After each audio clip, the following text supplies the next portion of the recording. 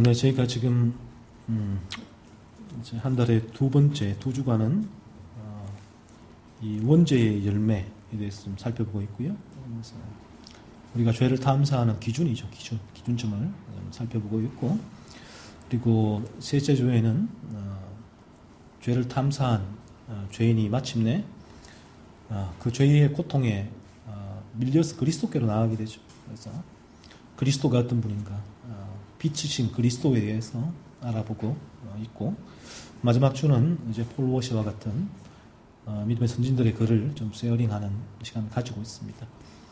오늘 첫 번째 주인데 원죄의 열매의 네 번째 이제 시간입니다.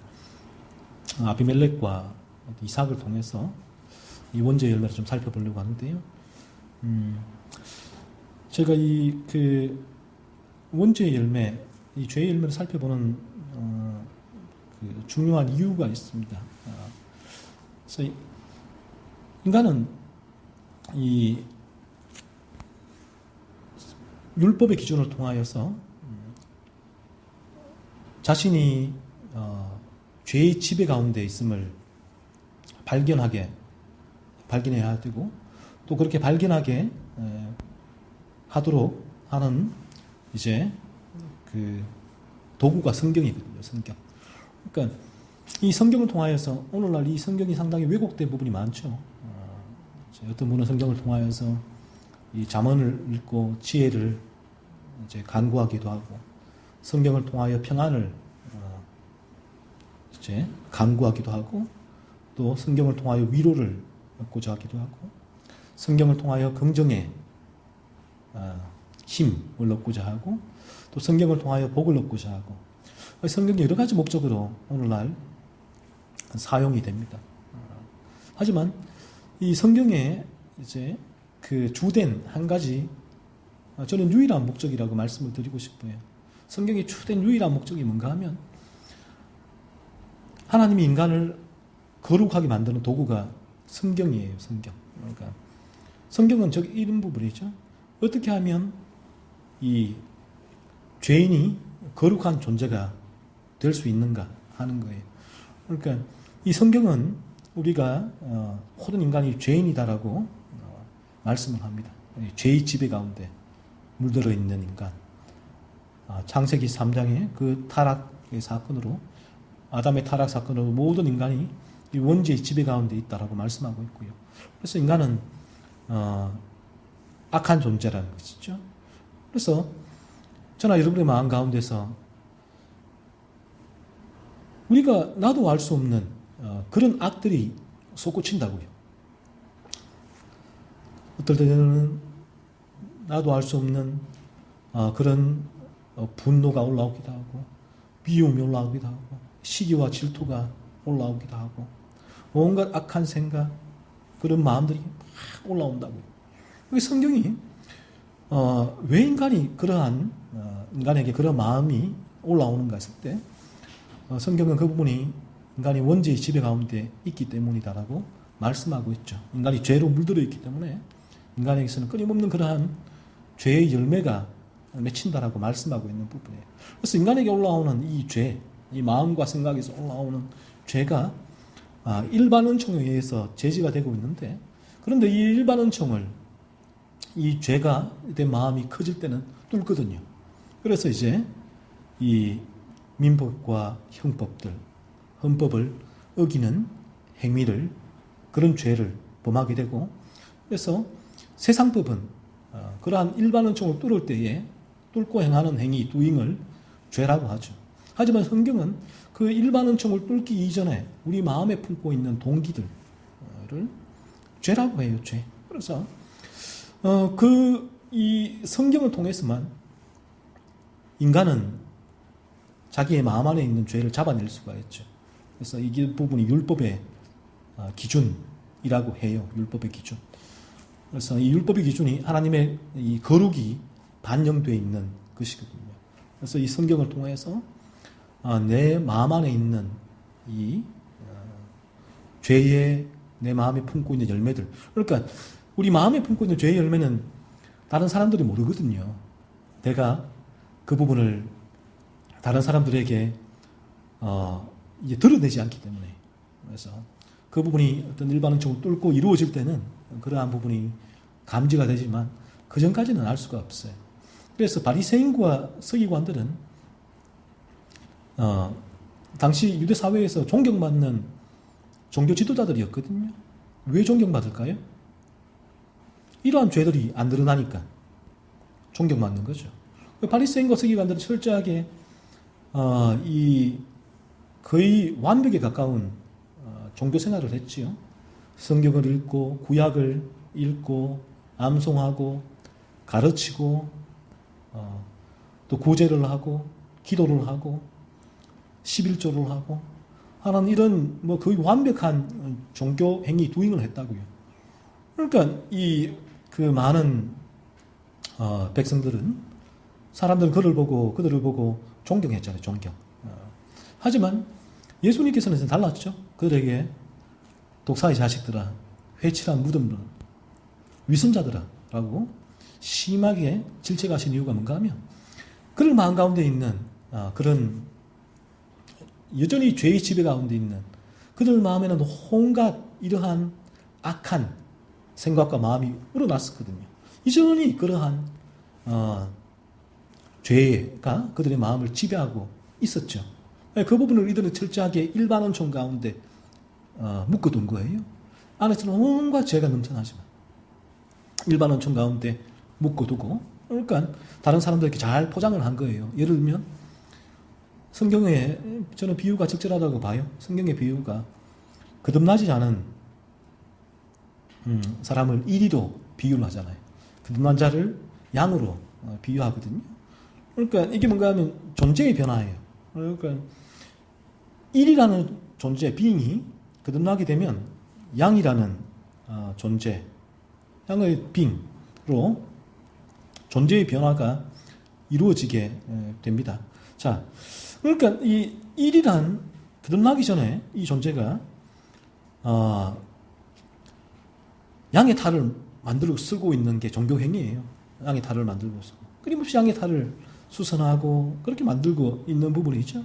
그러니까 이제 그 사람들은 이리가 양의 탈을 쓰고 있는 것을 보면서 저 사람은 존경할 만한 신앙인이야라고 바라보게 되는 거죠. 하지만 주님은 알고 계시죠. 이 존재가 양의 탈을 쓰고 있지만 여전히 이 빙 존재는 일이구나, 죄의 지배를 받고 있는 상태구나라는 사실을 주님은 알고 계신 것입니다. 자, 이러한 존재가 어떻게 자신의 존재를 볼 수 있는가 했을 때에 이 부분이 하나님의 은혜예요. 그러니까 이러한 종교인 또 일반 자연인, 중생하자 자연인들이 어떻게 하면 자신의 이 마음을 지배하고 있는 이 죄를 보게 되는가 하면 하나님께서는 순간에 이러한 종교인들에게 자신만의 견고한 진의 균열을 일으키세요. 균열을 일으키세요. 어느 순간에 어떤 계기를 통해서.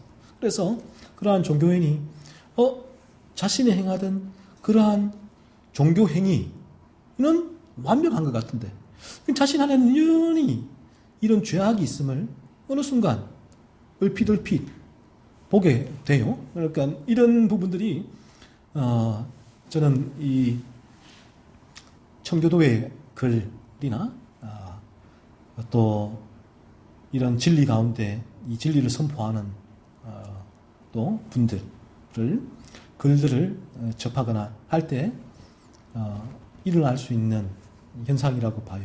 또 그 이외에도 하나님께서 특별한 은혜를 주셔서 이러한 그 견고한 진의 균열이 오시는 분들이 있단 말이에요. 이제 그러한 견고한 진의 균열이 왔을 때 이제 인간은 이게 뭐지라고 고민하고 이 부분의 문제 해결을 위해서 움직이게 되죠. 움직이게 돼요.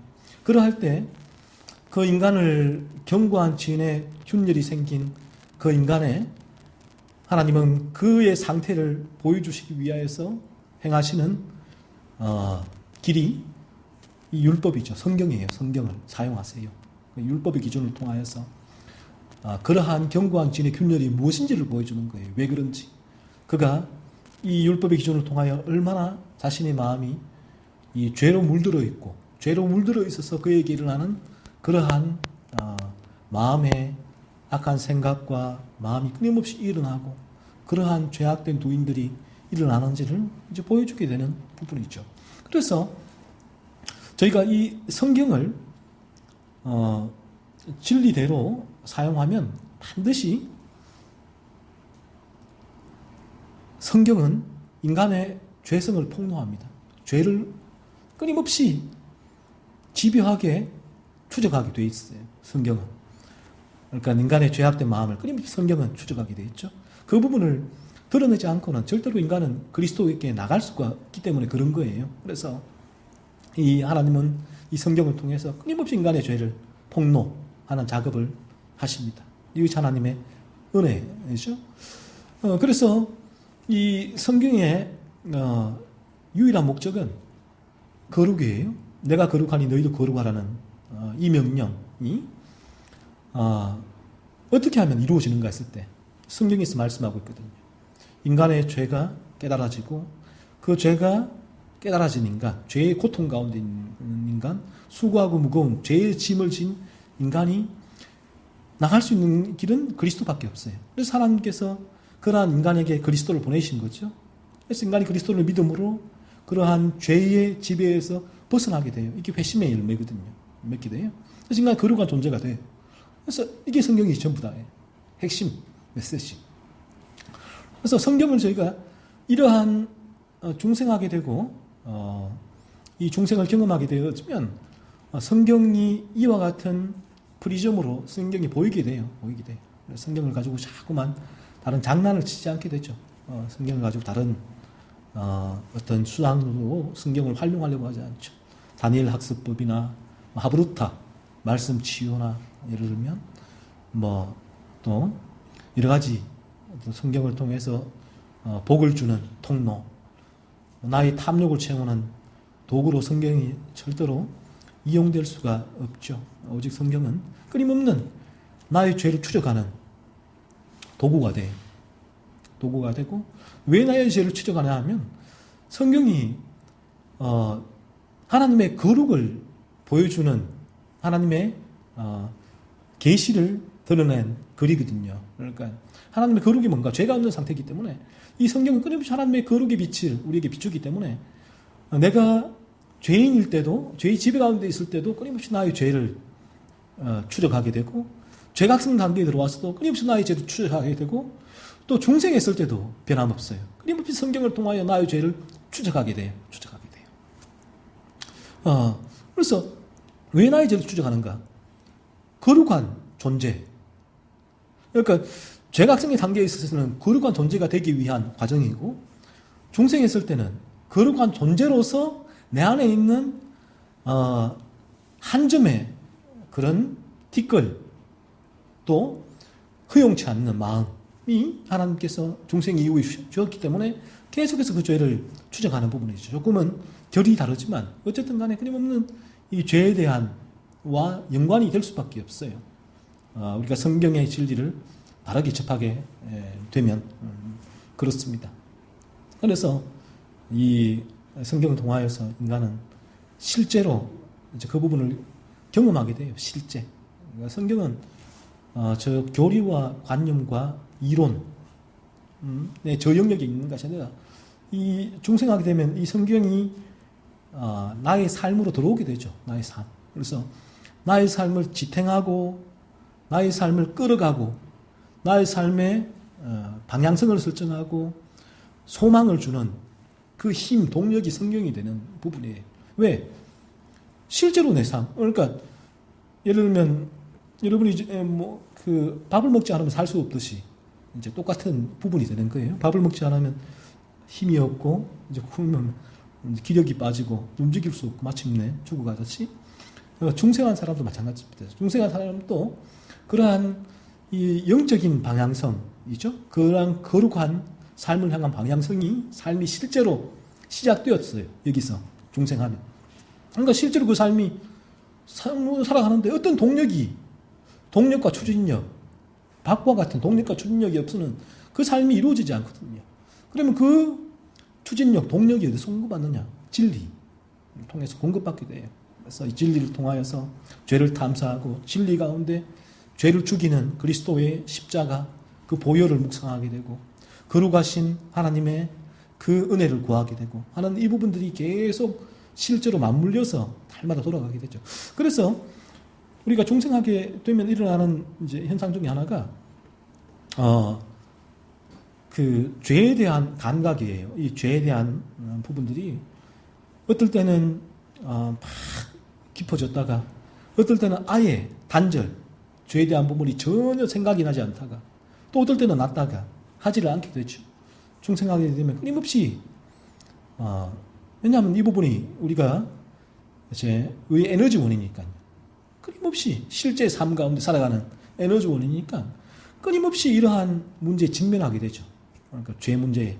그러니까 중생 이후에도 끊임없이 죄가 아파지고 죄로 인한 유혹에 일어나는 아픔이 있고 또 그 부분을 이기기 위한 에너지원을 필요로 하고 하는 부분이 맞물려서 돌아가기 때문에 끊임없이 어떤 이 성경의 진리, 이 죄 탐사, 죄를 살피는 이 작업이 끊임없이 이루어진다는 거죠. 그래서 오늘도 우리가 이 원죄의 열매를 살펴보는 이유가 어떤 청교도는 선교지에 가서 그 십계명만 전했다고 하잖아요. 십계명만 평생 계속 십계명만. 그 십계명이 율법의 기준이잖아요. 하나님 거룩의 기준. 왜냐하면 그 십계명을 전하게 되었으면 그 율법의 기준으로 인간은 자신의 죄를 탐사할 수 있겠죠. 그래서 죄각성에 인간이 이 죄를 각성하는 단계에 들어올 때만 그리스도께로 나갈 수 있기 때문에 그런 어떤 청교도 선교제에서 이 십계명만을 전한 거죠. 그러니까 무슨 말인가 하면 이 인간의 죄를 탐사하는 기준을 아는 것이 중요하고 또 그러한 인간이 죄가 지배하는 상태에 있다는 사실을 깨닫게 폭로해주는 그 작업이 반드시 먼저 선행되어져야 하기 때문에 그런 일을 하게 된 것입니다. 그래서 오늘 우리가 이 구약에서도 쭉 우리가 살펴볼 때에 얼마나 인간인들이 원죄의 지배 가운데 있어서 이런 악한 죄의 열매를 맺는가를 구약에서 끊임없이 우리가 바라보게 돼요. 이 모든 부분이 성경의 진리, 죄의 진리와 밀접하게 관련이 되어 있죠. 성경이 말씀하는 바가. 그래서 이러한 악을 저지를 때 사울이 다윗을 끊임없이 죽이려고 할 때 죽이려고 하잖아요. 시기하고 질투하고 미워하고 하는. 성경이 무슨 말인가 하면 사울의 그 마음이 뭔가 하는 것이죠. 그 마음이.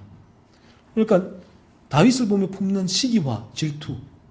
여인들이 노래하면 사울은 천천히 이로다 다윗은 만만히 이로다 라고 노래했을 때에 사울이 다윗을 향하여 확 타오르는 그 시기와 질투의 마음이 뭔가 했을 때 성경은 죄란 거죠. 그리고 성경이 하는 말은 왜 사울이 그런 죄를 가지고 있는가? 죄의 지배하는 상태, 원죄의 지배 가운데 있기 때문이라는 사실을 구약은 실제 인물들을 통해서 우리에게 알려준단 말이에요. 그래서 오늘 우리가 본문에서는 아비멜렉을 통해서 그 죄의 기준, 열매를 보게 되는데, 자, 아비멜렉이 이삭이 이렇게 말하죠. 아비멜렉이 이제 이삭에게로 찾아오죠. 아쉬운 게 있어서 찾아옵니다. 그때 이삭이 27절에 보면 너희가 나를 미워하여라고 말을 했죠. 그러니까 이삭이 잘 되는 거부가 되고 잘 되는 모습을 보고 아비멜렉, 블레셋, 그랄 왕을 다스리는 아비멜렉이죠. 그랄은 블레셋 지역인데 아비멜렉과 블레셋 사람들이 어떻게 했습니까? 이삭을 미워했다는 거예요. 이게 시기, 질투, 미움이거든요. 이게 성경이 말하는 우리 마음에 생겨나는 율법의 기준으로 볼 때 이 부분이 죄란 거예요. 자, 이러한 우리 마음에서 일어나는 이 미움과 시기와 질투와 같은 부분들이 우리의 민법, 형법에서는, 헌법에서는 전혀 아무런 죄가 되지 않아요. 그 마음에서 품는 게 뭐가 죄가 돼. 하지만 성경은 그 부분이 죄의 열매라고 말씀을 하세요. 우리의 인간이 원죄의 지배 가운데 있기 때문에 맺히는 죄의 열매다라고 말씀을 하고 있죠. 그래서 아비멜렉은 그래서 이삭을 미워한 거예요. 아비멜렉뿐만 아니에요. 우리가 그래요. 동일하게. 인간이 죄의 지배 가운데 있는 인간은 누군가 나보다 또 나와의 어떤 같은 영역에 특별히 있는 사람들 그들이 누군가가 잘 되는 것을 볼 때에 시기 질투가 나고 괜히 미워지죠. 미워지는 마음이 막 들게 됩니다. 이게 죄란 거예요, 죄. 그래서 여러분이 한 주간 여러분의 마음에 쭉 살펴보십시오. 이 부분은 참 놀랍게도 인간의 죄이기 때문에 부부 가운데도 이런 죄가 있을 수가 있어요. 그래서 부부가 어떤 남편과 아내가 서로가 갖는 열등감이 있잖아요. 그런 부분이 또 이런 죄일 수가 있어요. 이런 죄에서 나오는 부분들. 나보다 낫구나. 나보다 더 내가 여기 못 미치는구나 하는 그런 마음을 품게 되는 이런 시기와 질투에서 비롯되는, 그래서 그 부분이 어떤 미움으로 이루어질 수가 있고요. 그래서 형제 간에 또 부모와 자녀 간에도 이러한 부분이 있을 수가 있죠. 직장에서 동료들 가운데 또 어떤 공동체 교회 가운데서도 이런 부분이 있을 수가 있습니다. 그래서 여러분 한 주간 한번 여러분의 삶들을 쭉 한번 돌이켜 보시고요. 다음 한 주간에도 여러분이 이러한 부분을 살펴보십시오. 내 마음에 어떤 사람을 향한, 어떤 일을 향한 시기와 질투가 일어나고 또 그 부분이 또 그를 향한 미움으로 또 발전하지 않는지 하는 부분들을 계속해서 체킹해야 돼요. 그래서 여러분 마음에 이런 마음이 들 때에 이 부분이 죄구나라는 걸 여러분이 캐치를 하셔야 됩니다. 그래서 우리가 이 사촌이 땅을 사며 배가 아프다라는 속담이 있잖아요. 이런 부분이죠. 이런 부분. 그러니까 내 안에 있는 죄성이 그렇게 나보다 누가 남이 잘 되면 그 부분을 견디기 힘들게 만들죠. 이 인간의 죄라는 부분이에요. 그래서 이런 마음이 들 때 여러분이 내 안에 이런 죄가 있구나, 죄의 열매구나 라는 부분을 잡아내고 그 부분을 이 기준으로 여러분의 마음을 살펴야 된다는 것이죠. 자, 그리고 이삭이 계속 말하기를 너희가 나를 미워하여 나에게 너희를 떠나게 하였거늘 어찌하여 내게 왔느냐는 거죠. 그래서 이들은 이삭이 이 잘 되는 것을 보고 이삭이 판 우물도 메꾸고, 그렇죠? 판 우물을 메꾸고 또 이삭을 아비멜렉은 쫓아냈습니다. 나가라고. 이게 복수심이죠. 복수심. 상대를 향한 복수심이에요. 그래서 우리가 이런 부분이 있죠. 어떤 이들을 향한 시기와 질투로 발견되었든지 아니면 다른 이유로 간에 어떤 나에게 또 그 해를 끼치거나 한 이들이라든지 어떤 그들에게 똑같이 내가 2배, 3배를 갚아주고자 하는 마음, 내가 받은 모욕, 수치, 분노, 이런 불이익을 내가 갚아줄 거야. 그래서 그렇게 행하는 게 이제 복수거든요. 그러니까 실제로 그 부분이 그렇게 나에게서 행해지지 않을 수도 있어요. 일반 은총에 의해서. 하지만 그러한 마음을 품을 때에 이미 그러한 부분은 복수심을 가질 때 이미 나에게는 그러한 복수를 하는 doing, 행위가 시작된 거라고 성경은 말씀하고 있습니다. 그래서 우리가 어떤 사람들이 나에게 해를 끼치거나 상처를 주는 말을 하거나 할 때에 내가 같이 그에게 그러한 복수심을 확 불타오르고 할 때 그런 마음이 일어나오는 이런 복수심이 어디서 나왔을까요? 이 죄라고 말씀하고 있어요. 그 부분이 죄고 그 부분이 우리를 지배하는 이 죄의 지배 가운데서 비롯되는 것이라고 말씀을 합니다. 그래서 때로는 이런 복수심이, 이런 마음이 우리 가장 가까운 관계에서도 얼마나 많이 일어나요? 얼마나 많이 일어납니까? 그래서 실제로 그렇게 내 그 마음을 가지고 복수심이 두잉으로 나가게 되고, 그래서 아비멜렉은 이삭에게 두잉으로 나갔죠. 그런 복수하고자 마음이 쫓아내고, 그날 사람들은 그러한 우물을 메꾸고 했던 부분이죠. 이 부분이 죄란 거예요. 그래서 여러분이 지난 한 주간, 또 다음 한 주간에 여러분의 마음 가운데 이러한 누군가 나에게 상처를 준, 또 아픔을 준, 또 누군가를 향한 이러한 내가 마음에 품고 있던 어떤 원한, 복수심, 여전히 존재한다면 그 부분이 죄란 부분이에요. 그 부분을 계속 찾아낼 필요가 있습니다. 이 기준으로 어떤 나에게 다른 일을 향한 시기와 질투와 미움의 마음이 생기는 부분을 찾아내고 또 이 복수심 있죠? 이런 부분이 나에게 올라올 때에 또 이 부분이 죄임을 열매임을 찾아내야 하는 부분. 그러니까 이 부분이 성경은 비정상적이라는 거예요. 죄의 지배 가운데 있기 때문에 인간이 이러한 그 죄악된 마음을 감정을 가지는 것이다. 성경은 말씀하고 있거든요. 그래서 한 주간 그 찾아보고요. 그리고 아비멜렉은 이제 그 이삭을 찾아온 이유가 있죠. 본인이 아쉬워서 이삭을 아비멜렉이 찾아왔죠. 29절 말씀 보면 너는 우리를 해하지 말라. 이는 우리가 너를 범하지 아니하고 선한 일만 네게 행하여 네가 평안히 가게 하였음이니라. 이제 너는 여호와께 복을 받은 자니다. 그러니까 아비멜렉이 이삭을 보니까 잘 되거든요.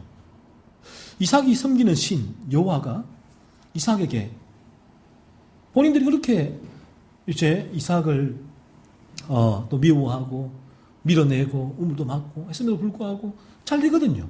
이삭이. 그래서 보니까 두려운 거죠.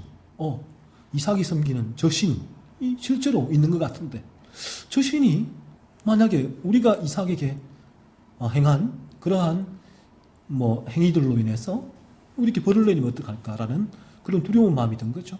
그래서 아비멜렉이 이 그랄 사람들과 함께 이삭에게 온 거예요. 그리고 아비멜렉은 그 하나님이 이제 우리에게도 이제 그 여호와께서 너와 함께 계심을 분명히 보았으므로 이제 우리와 너희 사이에 맹약하여 너와 계약을 맺어주라고 말을 하고 있죠. 그 하나님이 우리에게 벌을 내리지 않게 복을 달라는 거예요. 그렇게 계약을 하는 거예요. 자, 여기서 우리가 종교인이 하나님을 찾는 이유를 발견하게 돼요. 아비멜렉이나 오늘날 참되게 중생하지 않은 사람들이 교회에서 와서 하나님을 찾는 이유나 똑같은 부분이에요. 자신의 탐욕의 충족이죠. 자신의 복이에요. 혹시 이 땅에서 어떠한 물리적인 손해를 받을까봐 두려워하면서 하나님을 찾고 있는 거예요. 하나님 복을 주옵소서라는 거예요. 하나님 제게 저주를 주지 마시고 하나님 복을 주옵소서. 그래서 이삭을 보니까 우와, 저 이삭을 통해서 우리가 복을 받을 수 있겠구나. 그 하나님 이삭이 하나님을 중재자가 되어서. 그래서 오늘날 교회에서도 그런 경우가 많죠. 목사가 그래서 목사를 높이는 경우도 많죠. 그 목사도 본인을 그 자리에 앉혀놓는 경우도 많고요. 그러니까 복을 빌어준다는 그런 복의 중재자로서의 역할을 하는 거예요. 그래서 이게 동일하게 오늘날 이 교회에서도 이와 같은 한 인간을 죄의 지배 가운데 있는 그 상태를 깨닫게 하고 그 죄를 죽이고 거룩함을 추구하는 중생과 회심으로 전적으로 그 메시지를 선포하고 인도하자는 교회라면 이 진리에 이탈된 교회일 가능성이 높다라는 부분이 제가 그제 그 TV 다큐에서 이걸 봤습니다. 요즘 무당이 많아요. 무당이 얼마나 많은지 몰라요. 무당이. 그래서 지금 무당도 지금 인터넷에서 이제 유튜브 통해서 그렇게 본인을 홍보하고 이제 많은 이들이 또 유튜브 통해서 무당에게로 이제 찾아가고 지금 엄청나더라고요. 그 숫자 자체가 엄청나는데.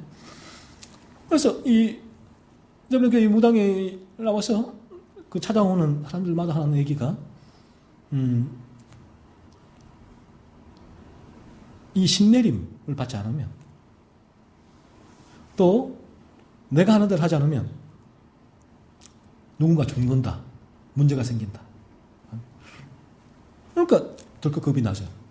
그래서 무당이 말하는 그 신내림을 받고 그 계속해서 그 무당이 40일, 20일 기도를 하다, 기도.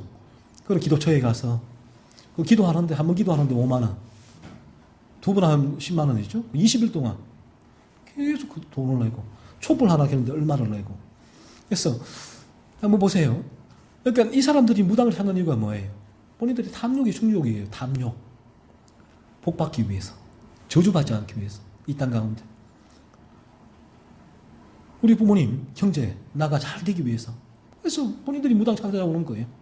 그래서 기도하고 신내림 받기도 하고 하는 부분인데, 그래서 이 부분을 한번 보세요. 이러한 참되게 이 진리를 찾지 않는 교회로 살짝 바꿔보면 큰 차이가 없거든요. 큰 차이가 이제 없다는 사실을 발견하게 될 것입니다. 오늘 이 아비멜렉이 하나님을 찾는 이유, 자신의 탐욕을 찾는 이유, 이 죄란 거예요. 죄. 이것도 죄란 거죠. 그래서 한 주간 여러분이 이루 마음 가운데 하나님을 여러분이 찾는 이유가 이러한 그 자신의 탐욕의 충족이죠. 이 땅에서 성공, 명예, 내가 원하는 바를 이루기 위한 그러한 성취해주는 그러한 분으로서 하나님을 찾고 있다면 그 부분도 우리 마음에서 일어나는 탐욕의 죄라는 부분입니다. 그래서 한 주간 그 부분을 계속해서 한번 체킹을 해보십시오. 자, 그리고 이 반대로 이제 이삭에게서는 거듭난 사람인데 이삭의 도잉은 아비멜렉과는 좀 달라요. 이삭에게는 보면 회심의 열매가 보이는데 그 이삭은 아비멜렉이나 그랄 사람들과 같이 대응하지 않았죠. 달랐습니다. 그 이삭은 우물을 파고 그들이 우물을 메꿀 때마다 옮겨갔죠. 계속 옮겨갔습니다. 그리고 이삭이 한 말이 있습니다. 22절 보면 여호와께서 우리를 늙게 하셨으니 25절에 여호와의 이름을 부르며 이삭은 이렇게 우물을 그들이 메꿀 때마다 옮길 때마다 여호와 하나님의 인도하심을 바라봤죠. 이 부분이 그 이삭이 중생한 이삭에게서 일어나는 하나님의 주권이죠. 주권을 믿는 믿음이죠. 이 부분이 자연스러운 부분이에요. 그래서 이삭은 하나님의 주권 가운데 이 땅 가운데 어떠한 다른 이들로부터 그런 불이익, 그런 손해, 상처가 되는 상황을 당할 때에도 아비멜렉처럼 미움이 불타오르고 복수심을 가지고 복수하거나 하는 행위를 하지 않았죠. 그냥 옮겨갔죠. 크게 아비멜렉이나 그들에 대한 이삭이 분노하거나 했다는 기록이 없죠. 그러니까 이 부분이 중생한 자에게 일어나는 죄의 억제의 현상이죠. 죄가 억제되고 통제되고 죄어되면서 오히려 그는 이러한 부분들이 하나님의 주권적인 인도, 섭리를 바라보게 되는 거죠. 맺혀지는 자연스러운 열매예요. 내가 이렇게 해야지. 내가 미워하지 않아야지. 복수하지 않아야지. 나는 예수 믿는 사람이니까 저 사람들과는 다르게 살아야지. 라는 그런 결심으로 이루어진 도잉이 아니에요. 그런 결심으로 이룬 도잉이 이루어질 수도 없지만 거듭난 자에 의해서 자연스럽게 이루어지는 도잉이다라는 부분이죠.